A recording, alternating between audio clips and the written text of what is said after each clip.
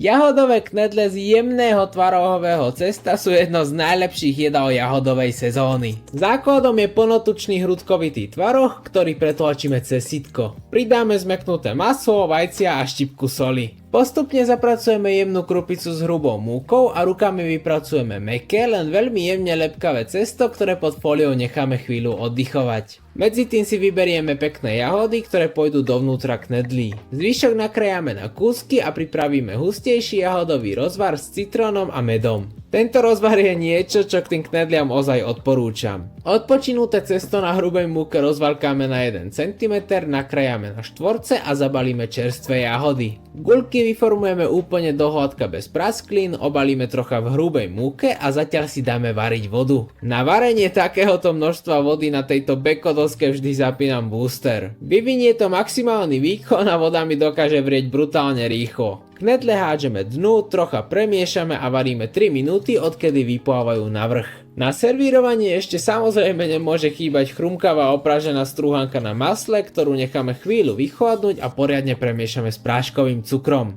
Knedle na tanieri polieme jahodovým rozvarom a dávkou rozpusteného a ľahko opečeného masla. Celé to zasypeme chrumkavou strúhankou a máme hotové takéto jednoduché a úplne dokonale sladké letné jedlo.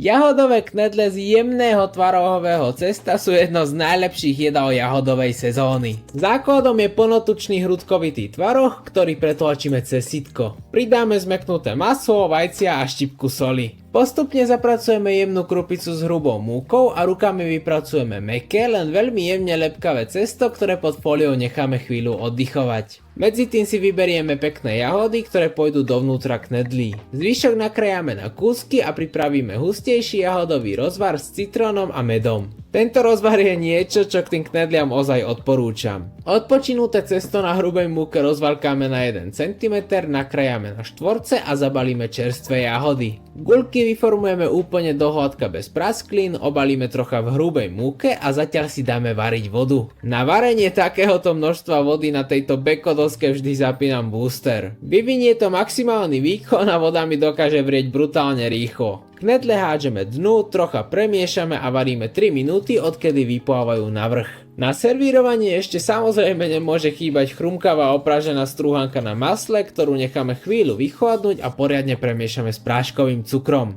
Knedle na tanieri polieme jahodovým rozvarom a dávkou rozpusteného a ľahko opečeného masla. Celé to zasypeme chrumkavou strúhankou a máme hotové takéto jednoduché a úplne dokonale sladké letné jedlo.